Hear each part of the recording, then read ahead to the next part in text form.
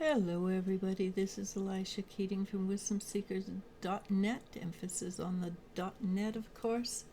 This is my logo, Phoenix Rampant, Phoenix Rising. Feel free to follow us. Please give us a like or thumbs up. It does make a difference in how YouTube will send us around. Sometimes people get notices 24 hours later that we're live.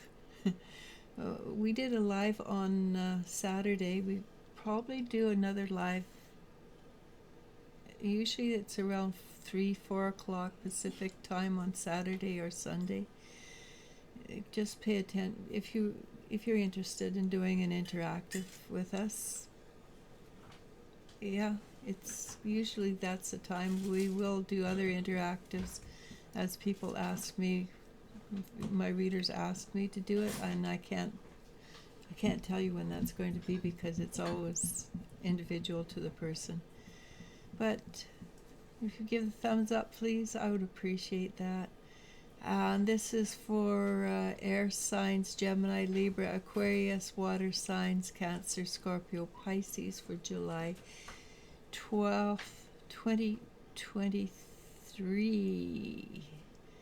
And I think it's a day of inner growth. Well, what it is for fire and earths, and usually there's different variations along the same lines. So yes, it is another day of inner growth. And what I was talking about for fire and earth was allowing yourself to be happy, which brings up the higher spiritual vibrations. And from what I'm seeing here, it's pretty much the same reading. Slightly different, of course. So the first card that came up is the Five of Wands, and the Five of Wands is showing off your skills. And that's something that I can recommend. If you're good at something, it's not ego to be proud of it. It's ego to be proud of something too long or too much. But if you're good at something, you want to let other people know you're good at it, or let yourself know you're good at it more than let other people know. And then after you have the wow, that's so cool feeling, you put it into the earth. You don't need to hold on to it. That's because we walk the razor's edge, and we do want to be very, very careful that things are not, what's the word, that we don't overdo it. We want to be balanced, the middle road. The more we bring ourselves together, and that is part of bringing ourselves together, is acknowledging the good and the bad within us, and the ugly within us. Yes, that is part of it is part of spiritual growth. So when we allow ourselves to be good at something, and we have a right to be proud. Yes, I did that. I'm really proud of myself.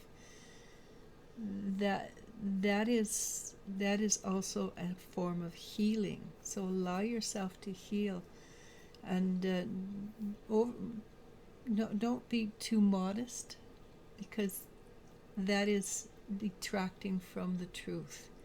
If you're over modest, you are not acknowledging the full truth, and you want to be honest with yourself at all levels. How can you know that you're really good at something and say, no, I'm not good at it, and then come back and try to be good at it? It's counterproductive. It's counterintuitive. So you allow yourself to be who you are. And when somebody says you're really good, you say, thank you, I appreciate that. And if it's too much for you, put it into the earth. The earth can handle it. Use your intuitions today, the feminine form of the intuition. Allow it to come to you. Allow it to come. But today is a day where you want to Again, this is the clarity I was talking about. see yourself through the eyes of clearness. Allow yourself to see clearly. And when you see yourself clearly, your ego doesn't become impacted. You can feel good. You can feel the good. Well, yeah, I feel good about it. But then again, put it into the earth. But keep the knowledge. You need to keep the knowledge for the good and the bad. The sun, that is part of being in joy. The sun is when you know you're doing the right thing, and you just know that this is the right way for you to be, and you're just spiritually overjoyed because you are doing. It just feels good.